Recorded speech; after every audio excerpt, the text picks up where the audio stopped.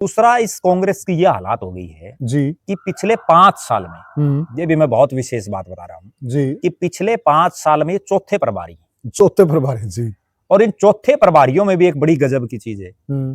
अब हालात और परिस्थितियां ये थी कि 8 तारीख को जब चुनाव परिणाम आया, उसके बाद पूरे हरियाणा में एक मैसेज था कि हुड्डा ने सारा सिस्टम का सत्यानाश कर दिया, ठीक बात। कांग्रेस का बना बना राज खो दिया। और हर जगह ये चर्चाएं चल पड़ी थी, भाई हुड्डा पार्टी छोड़ देते हो कांग्रेस आ जाएगी। जी बिल्कुल। तो एक चीज तो ये निश्चित है, भाई हुड्डा कहीं जाने वाला नहीं है। जिस प्रकार से बीके हरिप्रसाद की एंट्री हुई, बिल्कुल हुड्डा यहीं रहेगा और हुड्डा पहले से ताकतवर बनकर के उभरेगा। जैसे ही बीके हरिप्रसाद बने तो कैप्टन अजय सिंह यादव ने अपने सोशल मीडिया प्लेटफॉर्म पर उनकी आई हुई है कि पिछड़ा वर्ग के नेता बीके हरिप्रसाद को बनाने से हरियाणा कांग्रेस में एक बड़ा उत्साह हो गया। जी कमाल है। मतलब प्रभारी बना नहीं, कोई आया है उससे पहले आपने ये बता दिया वो पिछड़ा है, एससी है, जर्नल है। मतलब जो गुटबाजी जो गुटबाजी खत्म करनी है प्रभारी ने जी, उसी गुटबाजी की शुरुआत कर रहे हैं खुद को यहाँ के नेता। बिल्कुल कर रहे हैं। तो राजनीति की दुनिया की बात कर दो साथियों, कांग्रेस पार्टी जिस प्रकार से चुनाव दर चुनाव हारती जा रही है, तो कहीं न कहीं सभी लोगों के जहन में एक बात तो पक्की घुस गई है, क्या कांग्रेस पार्टी फिर से खड़ी हो सकती है? उसी संदर्भ में कांग्रेस ने भी एक काया पलट किया। और काया पलट क्या? कांग्रेस ने अपने पुराने प्रभारी को हटाकर अब नया प्रभारी लगा दिया बीके हरिप्रसाद को। और बीके हरिप्रसाद पहले भी हरियाणा के प्रभारी रहे हैं। क्या कांग्रेस ने जिस प्रकार से हरियाणा में निकाय चुनाव सिर पर हैं, उसके बीच में ही अपने प्रभारी को बदला है, उससे जनता में यह संकेत नहीं जाएगा कि कहीं न कहीं कांग्रेस की अंदरूनी चीज बिल्कुल ठीक नहीं है? और यह भी संकेत नहीं जाएगा क्या कि कांग्रेस पार्टी कमजोर है, या फिर बीके हरिप्रसाद कांग्रेस के लिए कोई जड़ी बूटी लेकर आए हैं और वो मृत प्राय कांग्रेस को हरियाणा में जिंदा कर देंगे? बहुत बड़े सवाल हैं। और बड़े सवाल यह भी हैं कि जिस प्रकार से प्रभारियों का हरियाणा के अंदर जो हाल होता है, जिस प्रकार के आरोप लगते हैं, क्या बीके हरिप्रसाद उनसे बच पाएंगे? और खेमेबाजी यहां की जग जाहिर है। और आते ही जितने भी प्रभारी यहां पर आते हैं, उनको किसी न किसी खेमे का भी बताया जाता है। देखते हैं कि इनको किस खेमे का बताया जाएगा। इस चर्चा में मेरे साथ जुड़ गए हैं वरिष्ठ पत्रकार और राजनीतिक विश्लेषक प्रद्युमन जोशीला जी। प्रद्युमन भाई राम राम। राम राम जी, सभी दर्शकों को नमस्कार, राम राम। प्रद्युमन भाई देखिए, जिस प्रकार से कांग्रेस दिल्ली में हारी जी, और जिस प्रकार से जीती हुई बाजी हरियाणा में हारी जी, और जहां भी हम कांग्रेस का रिकॉर्ड उठाकर देखते हैं, चाहे महाराष्ट्र की बात हो, चाहे हम इवन झारखंड की भी बात कर लें जी, वहां पर भी उनका स्ट्राइक रेट कुछ ज्यादा नहीं है जी। तो जिस प्रकार से बीके हरिप्रसाद को लाया गया और बाबरिया जी को हटाया गया है जी, तो आप क्या मान के चलते हैं, क्या निकाय चुनाव में बीके हरिप्रसाद जी कुछ ऐसा करिश्मा कर देंगे जिस कांग्रेस को संजीवनी मिल जाए? देखो, बीके हरिप्रसाद की पहली अग्नि परीक्षा तो बिल्कुल सिर पर खड़ी है जी। 2 तारीख को जब वोटिंग होगी और 12 तारीख को जब परिणाम आएंगे, तो ही ये पता चल जाएगा कि आखिर वो कुछ कांग्रेस में सुधार कर पाए हैं या नहीं। लेकिन वो 12 को पता चलेगा, उससे पहले ही मैं बता देता हूं जी, वो ये है कि अभी 17 तारीख लास्ट है नॉमिनेशन की। बिल्कुल। कांग्रेस पार्टी ने घोषणा कर रखी है कि हम मेयर का चुनाव भी लड़ेंगे, एमसी का चुनाव भी चुनाव चिन्ह पे हमारे प्रत्याशी उतारेंगे। बिल्कुल। अब वो कितने सीटों पर, कितनी जगहों पर अपने प्रत्याशी उतारते हैं जी, पहली बात तो ये। बिल्कुल। दूसरी बात, क्योंकि बीजेपी ने उनसे पहले अपने प्रत्याशियों की घोषणा कर दी है जी, बीजेपी ने अपने नगर निगमों के जो एमसी के कैंडिडेट थे वो भी उतार दिए। बिल्कुल सही कहा। अब जब एमसी के कैंडिडेट उतार दिए तो लिहाजा ऐसा है कि बीजेपी में भी कुछ जगह लोग पार्टी छोड़ेंगे। ठीक है बात है। अब कांग्रेस अपने मूल कैडर के लोगों को टिकट देती है जी, या वो कितने बाहरी लोगों को टिकट देती है जी, वो अभी अगले जो 17 तारीख से पहले पहले पता चल जाएगा। अच्छा प्रद्युमन भाई जी देखिए, जो आप कह रहे हैं कि बीजेपी ने अपनी लिस्ट जारी कर दी जी। है, अपने एक कहावत है जी कि पहले मारा सो जीते हैं। विधानसभा चुनाव में भी हमने देखा जी बीजेपी ने अपनी लिस्ट एक झटके में जारी कर दी जी और कांग्रेस लिस्ट जारी ही नहीं कर पा रही थी। अंतिम घंटे तक वहां लड़ाई थी टिकटॉक को लेकर। इसीलिए तो कांग्रेस हारी। हाँ, मैं यही कह रहा हूं, मान लिया आप समय से पहले लिस्ट जारी कर देते हैं, अगर जी। उसमें कुछ दिखते हैं परेशानियां तो वो दुरुस्त हो जाती हैं चुनाव तक है, वोटिंग के टाइम तक है। लेकिन आप एन मौके पे करते हो तो उसमें दिक्कतें आती हैं और कहीं ना कहीं कांग्रेस कर तो शानपत रही थी पर वो दाव उल्टा पड़ गया। देखो अब क्या ऐसा नहीं होगा? ये कभी कोई शानपत नहीं होती। जो भी पार्टियां ये एंड टाइम पर टिकटें डिक्लेयर करती हैं ना, जी वो लगभग हारती हैं, बिल्कुल, क्योंकि वो कैंडिडेट के समझ में नहीं आता भाई तू 15 दिन में करेगा क्या। सही बोले। ठीक है।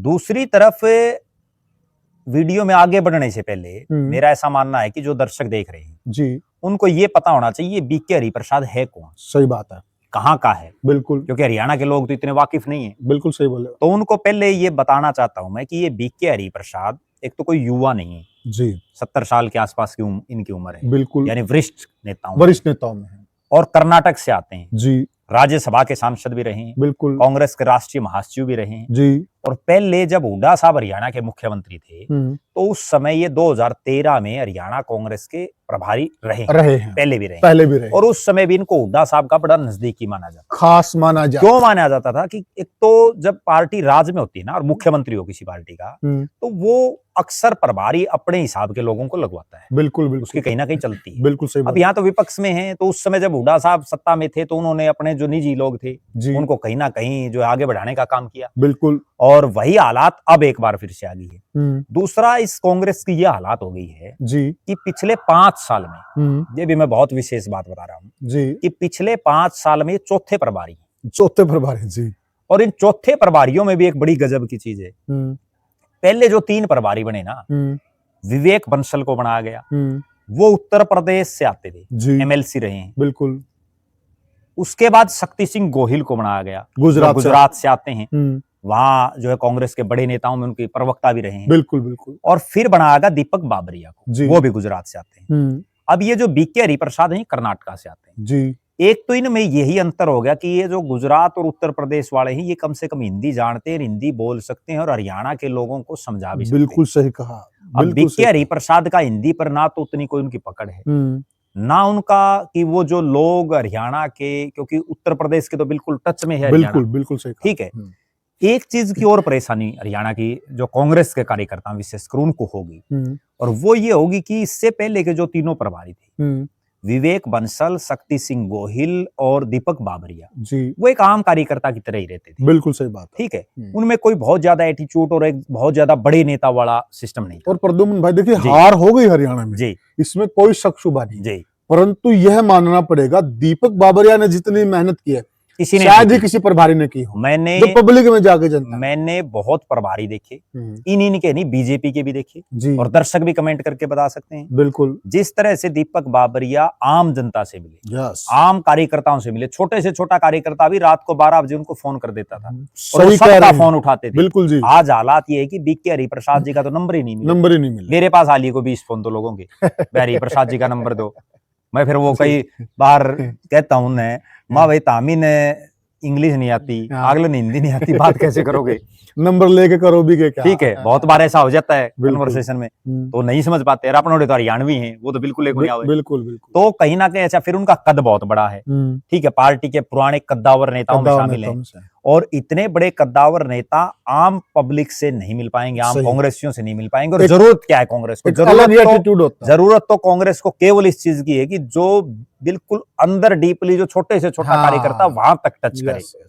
अच्छा, एक और विशेष और एक और प्रद्युमन भाई, ये तो मतलब कुछ गड़बड़े रह गई जी, अदरवाइज आज चर्चा यह हो रही होती कि दीपक बाबरिया जी ने देखिए कैसा काम किया है फील्ड में उतरकर, और किस प्रकार से वो सरकार ले आए।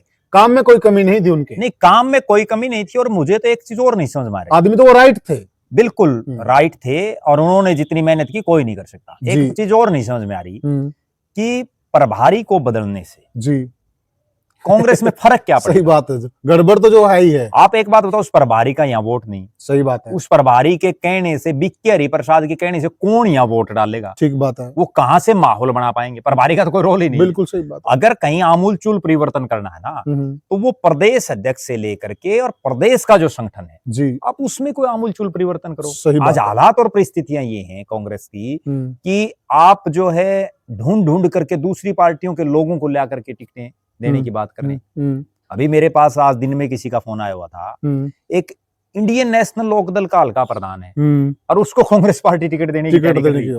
बताओ, ये हालात कांग्रेस पार्टी की हैं। तो कहीं ना कहीं दिवालियापन तो पूरी तरह से पिट चुका है। अच्छा, इंडियन नेशनल लोकदल का पिट चुका है। हाँ, बिल्कुल सही बात है। ठीक है, जब इनेलो भी ये कह रही है, आज की मैं आपको बताऊं, आज बहुत से सोशल मीडिया के प्लेटफॉर्मों पर वो चीज आई हुई थी, इसी चुनाव से संबंधित भी हो जाएगी साथ में जी। उसमें इंडियन नेशनल लोकदल की तरफ से उनके कार्यालय के जो इंचार्ज हैं या कार्यालय की तरफ से एक लिखे के भेजा गया है, भाई 17 तारीख लास्ट डेट है जी नॉमिनेशन की। तो जो ये प्रभारी लगा रखे हैं ना इन लोग के, जो हमने एक वीडियो में पहले भी चर्चा की थी, भाई प्रत्याशी भी नहीं मिलेंगे जी जी, तो वो जो है जल्दी करें भाई। अगर कोई टिकट लेने वाला है, जहां जहां चुनाव चिन्ह की जरूरत हो वहां चुनाव चिन्ह दे दें या समर्थन करना है। अब तक तो वो 15 तारीख होली, अब तक वो यही चीज नहीं, वो काम नहीं कर पाए जो उन्होंने करना। ठीक है, तो अब बात आती है कांग्रेस की। अच्छा, इसमें एक सवाल प्रद्युमन भाई जी, जो आपने भी कहा, क्या यह हुड्डा का मास्टर स्ट्रोक नहीं कहेंगे, जिस प्रकार से पिछले लास्ट के दिनों में, पहले तो दीपक बाबरिया जी के भी लिए भी यह बात बोली जाती थी कि बाबरिया जी तो जिस प्रकार से हुड्डा साहब कहते हैं वही करते हैं, वो तो हुड्डा साहब के ही आदमी हैं जी।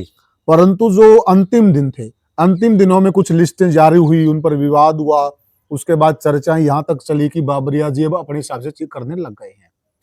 क्या अब बीके हरिप्रसाद के लिए यह चीज नहीं बोली जाएगी क्या, ये तो हुड्डा के आदमी हैं? और दूसरा, क्या यह हुड्डा का मास्टर स्ट्रोक नहीं साबित होगा? क्या हुड्डा अपने आदमी को ले आए और उनको प्रभारी लगवा दिया?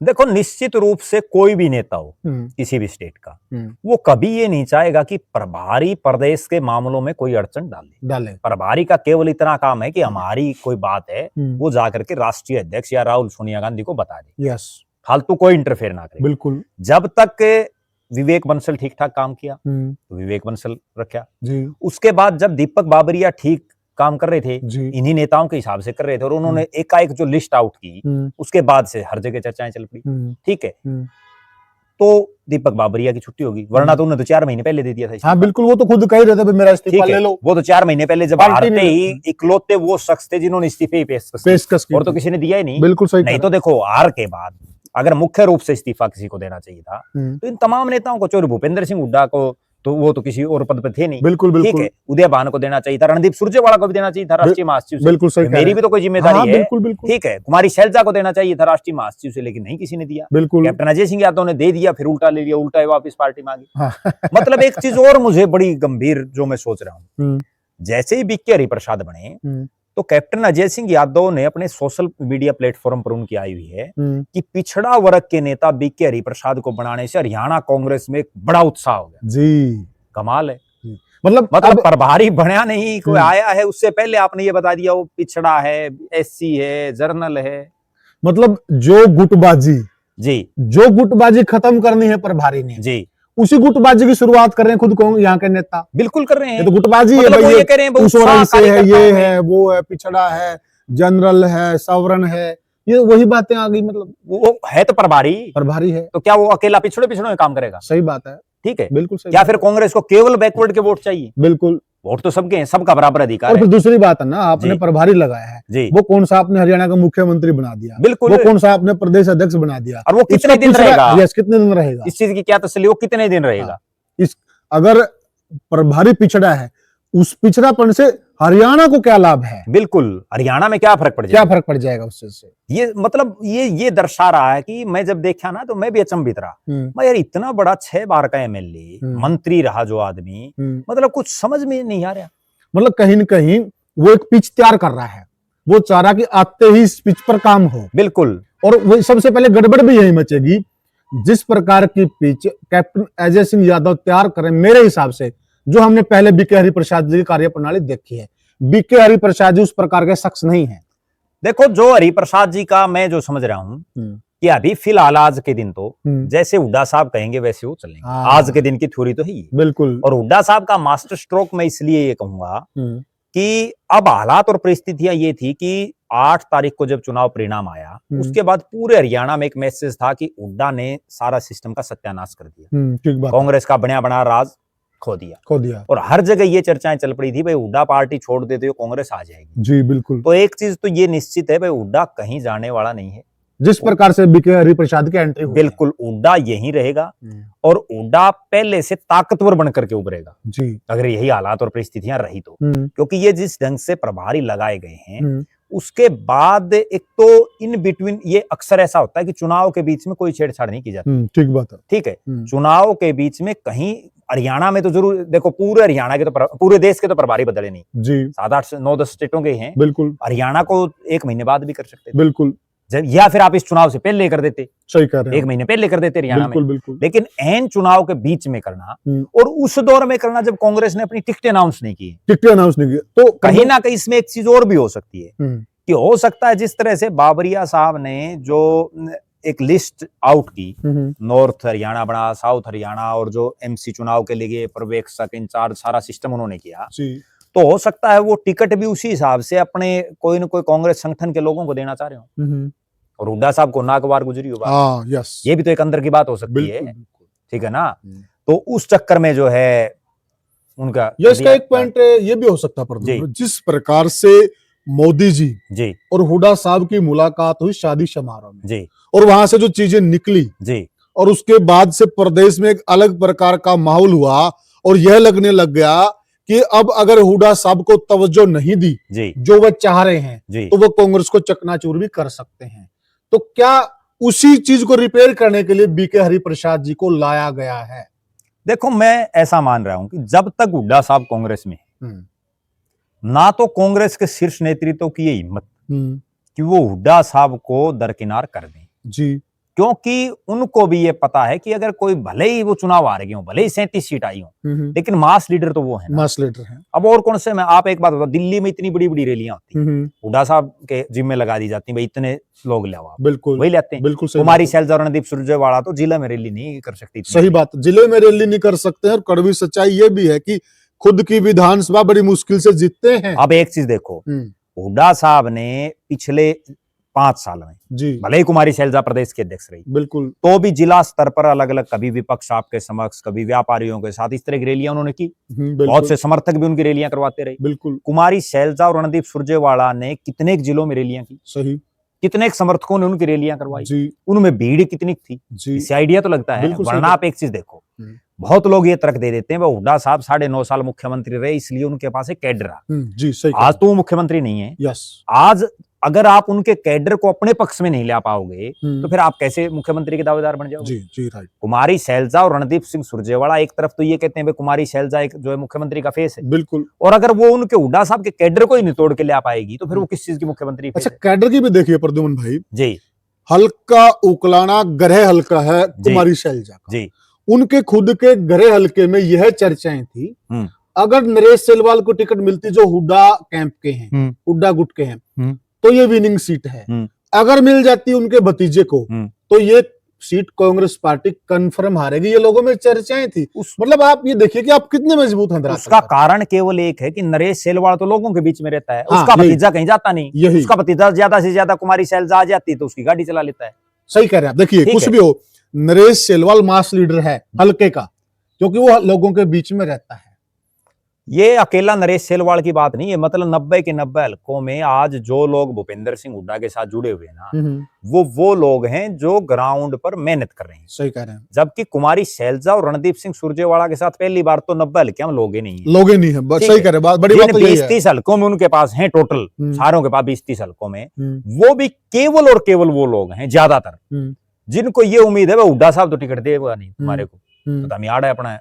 सही बात, रागल आप लोग, ठीक बात है। जैसे बहुत ही हिसार में जो साथ के साथ हल्के ना, जिन लोगों को ये लगता है भाई हमें हुड्डा साहब टिकट नहीं देगा, वो सारे कुमारी शैलजा के पास आ रहे हैं। बिल्कुल, भिवानी में भी, यानी हर जगह, मतलब जो दोयम दर्जे के हैं, बिल्कुल दोयम दर्जे के हम यूं नहीं करे, दोयम दर्जे के हम उस हिसाब से कर रहे हैं जिनकी ग्राउंड में पकड़ कम है, बिल्कुल वो लोग इनके कैंप में हैं। बिल्कुल बिल्कुल, जिनको ये उम्मीद है ना एक तरह से कि भाई हुड्डा साहब तो हमारे को देंगे नहीं, ठीक है ना, हम उतनी मेहनत कर पाएंगे। अब दीपेंद्र हुड्डा तो चलो ये 4 महीने से लगभग फील्ड से उतना एक्टिव नहीं है। इस हार के बाद मुझे ऐसा लग रहा है कि जो चुनाव होने से पहले उनका बर्ताव हुआ, जो पिछले लोकसभा चुनाव और विधानसभा चुनाव के मद्देनजर तो 3-4 महीने कार्यकर्ताओं से, पार्टी के नेताओं से, आम जनता से जो उनके एकदम व्यवहार में जो चेंजेस आई और जिससे लोग उनसे नाराज भी हुए बड़े भारी तादाद में, और विशेषकर दीपेंद्र हुड्डा से लोग नाराज हुए, भूपेंद्र सिंह हुड्डा से भी लोग नाराज हुए, और उसके बाद जो है अब वो लगभग एक तरह से मैं ये कह सकता हूँ कि मायूसी का जो एक दौर है उस दौर में जा रहे हैं। अब उनको लोग कब बूस्ट देते हैं, वरना तो दीपेंद्र हुड्डा 5 साल लगातार लोगों के बीच में रहे, लगातार उनके हर रोज 3-3, 4-4 हलकों में कार्यक्रम रहते थे। बिल्कुल ठीक है, प्रदेश में जितने वो 1 साल में घूमते हैं ना, मैं ये बड़ी दावे के साथ एक बात कहता हूँ, 1 साल में दीपेंद्र हुड्डा जितने घूमे उतने ये 5 साल में नहीं घूमते बाकी सारे कांग्रेस वाले।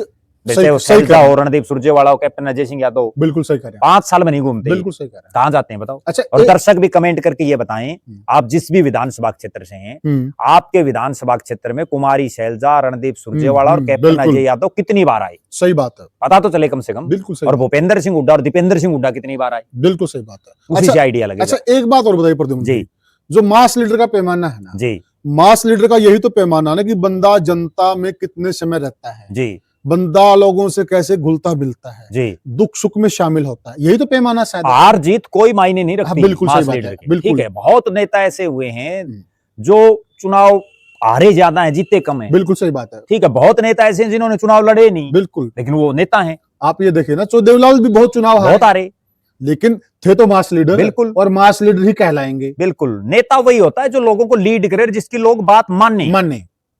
ठीक है ना। अब ये बाकी तो मतलब एक बड़ी अचंभित करने वाली बात मैं बताऊं आपको, भाई जो लोग ये कह देते हैं 9.5 साल हुड्डा साहब मुख्यमंत्री रहे, कुमारी शैलजा 3 साल के आसपास प्रदेश के अध्यक्ष, रणदीप सिंह सुरजेवाला वर्षों से राष्ट्रीय महासचिव हैं। बिल्कुल, ठीक है, उन्होंने क्यों नहीं लोग जोड़े? बिल्कुल बिल्कुल, लोग तो जोड़ने से जुड़ते हैं, कितने लोगों ने कर गए। सही बात है।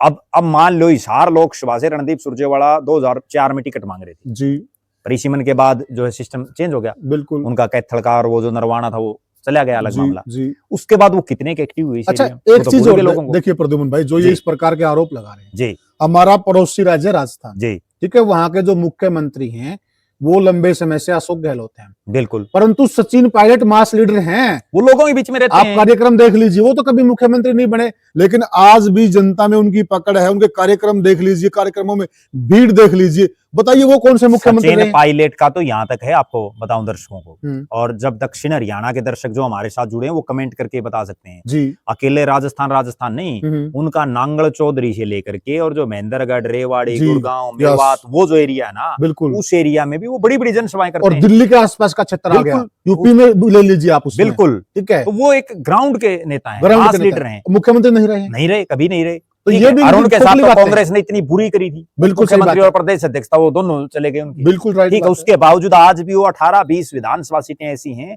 जहां अपना प्रभाव रखते हैं, अपने विधायक बनाते हैं। अब कुमारी शैलजा, रणदीप सुरजेवाला की बताओ कितनी सीटों पर प्रभाव है? बिल्कुल सही बात है, कहीं भी तो नहीं है। मास लीडर आप तभी तो बनेंगे ना, आप जनता के बीच में रहेंगे। मैंने एक बात सुनी जी, रणदीप सिंह सुरजेवाला के कोई खास बंदे हैं जी, और उन्होंने कोई कार्यक्रम करवाना रणदीप सिंह सुरजेवाला ने बरवाला क्षेत्र में जी, तो उनकी इस बात पे चल रही कि खर्चा कौन लगाएगा, तू लगाएगा, मैं लगाऊंगा, तू, यहां तक उनके तोल मोल चलते हैं। बताइए मास लीडर कैसे बनेंगे? वो कैसे बनेंगे? तो फिर वो मुख्यमंत्री के सपने लेने बंद कर देने चाहिए। बिल्कुल, ये प्रैक्टिकल बात मैं आपको बता रहा हूं। बिल्कुल, देखो हकीकत है और इसमें कोई दो राय नहीं है जी। अगर मुख्यमंत्री का चेहरा बनना है, किसी को भी बनना हो, बिल्कुल, तो उसको पहला काम 90 के 90 हलकों में एक आदमी तो अपना तैयार होना चाहिए। सही बात है, जो कम से कम वहां उनका प्रोग्राम करा सके, उनको चाय पानी पिला सके, 1000-2000 लोगों को इकट्ठा कर सके। अरे एक और प्रद्युम्न भाई, 90 हल्के हैं, अगर आप 1-2 हल्के में भी कार्यक्रम करते हो, वहां पर भी आपको खर्चे के बारे में सोचना पड़ रहा है, तो फिर वो हुड्डा साहब से कैसे मुकाबला करेंगे? हुड्डा साहब परिवार का तो बहुत कार्यक्रम और उस बरवाड़ा की आप बात कर रहे हो, जिस बरवाड़ा का जब रणदीप सुरजेवाला का मैं एक दिन भाषण सुन रहा था जी, तो वो ये कह रहे थे, भाई ये जो है ना कैथल, पूरा हरियाणा बात नहीं कर रहे थे,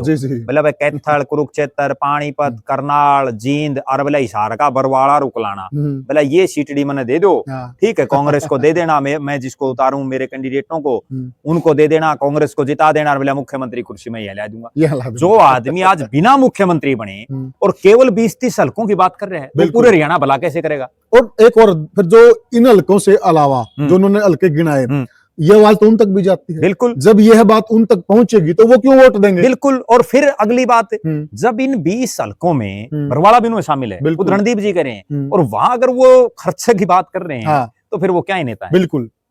देखिए मतलब कैसे उनकी राजनीति चल रही है? यहाँ हम दीपेंद्र की तारीफ करेंगे। दीपेंद्र हुड्डा का कोई भी कार्यक्रम होता, हमें इस प्रकार की आवाज कतई नहीं सुनाई देती कि खर्चा कौन लगाएगा। उनकी कुछ भी सेटिंग है, म्यूचुअल अंडरस्टैंडिंग, किसका खर्चा लगता, कौन लगाता, खर्चे लगते भी है।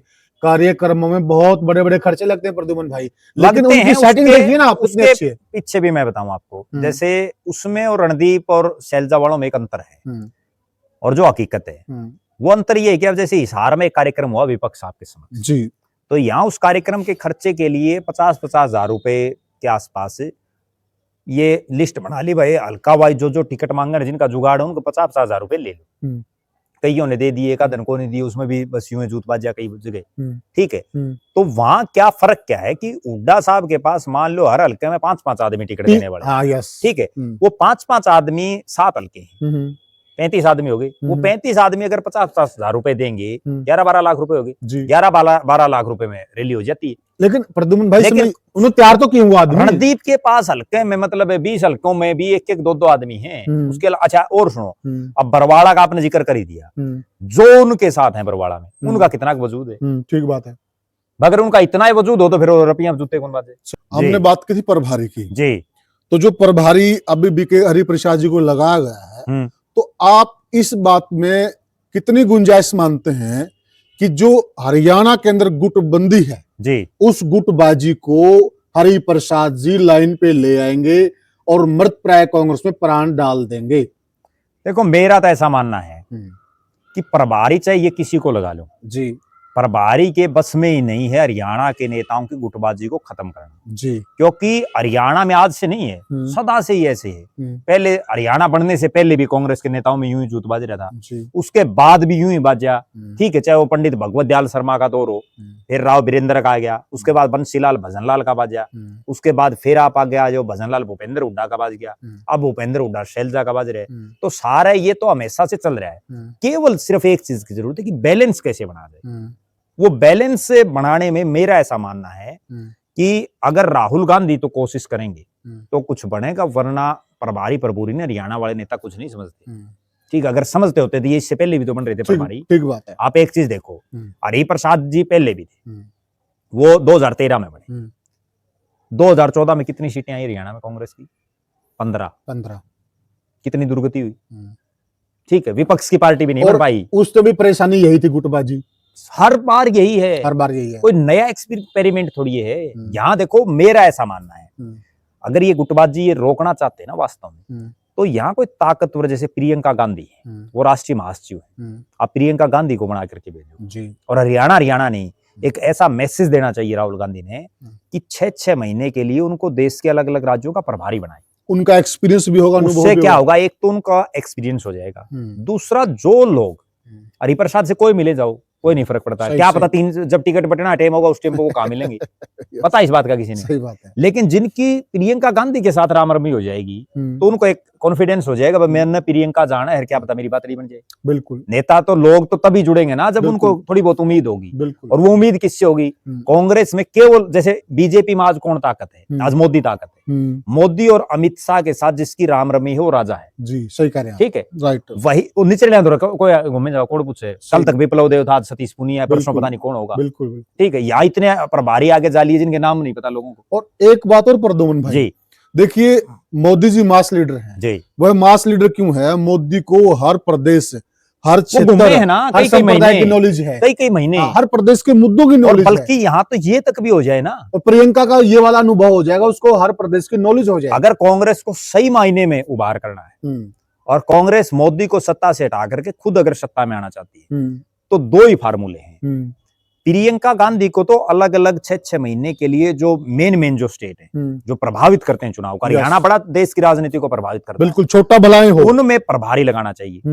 और राहुल गांधी को पूरे भारत में 1-1 महीना हर स्टेट में गुजारेंगे, अगर एक एक महीना हर स्टेट में गुजार देना, जैसे अब किसी भी हरियाणा 22 जिले हैं, एक दिन एक जिले में लगा, सही बात है। और उस जिले में एक दिन में आदमी 200 400 500 इतने तो आदमी है कांग्रेस में जो मेन सक्रिय हैं, बिल्कुल सही बात है, उनसे सबसे मिल सकता है, बिल्कुल ज्यादा कुछ नहीं चाहिए लोगों ने। बहुत से तो ऐसे हैं, अगर उनका राहुल गांधी के लिए फोटो भी खिंच गया ना, वो भी अपने ड्राइंग रूम में लगाएंगे और सारी जिंदगी वोट डालेंगे। अच्छा, एक बात और भी है प्रद्युमन भाई जी, मोदी जी देश के प्रधानमंत्री जी, सबसे ताकतवर आदमी है जी, आज भी आपको प्रत्येक जिले में 2-4 आदमी ऐसे मिल जाएंगे जिनकी मोदी जी के साथ डायरेक्ट होगी, जिनको जानते हैं। क्यों जानते हैं? उसका कारण ही तो ये है ना कि वो वर्षों तक लोगों के बीच में रहे, लोगों के बीच। अब राहुल गांधी हरियाणा में 10 आदमियों को नहीं जानता। यस, ठीक है ना, वो जिन 10 को जानता उनको भी उससे मिलने के लिए बड़ी मशक्कत करनी पड़ती है।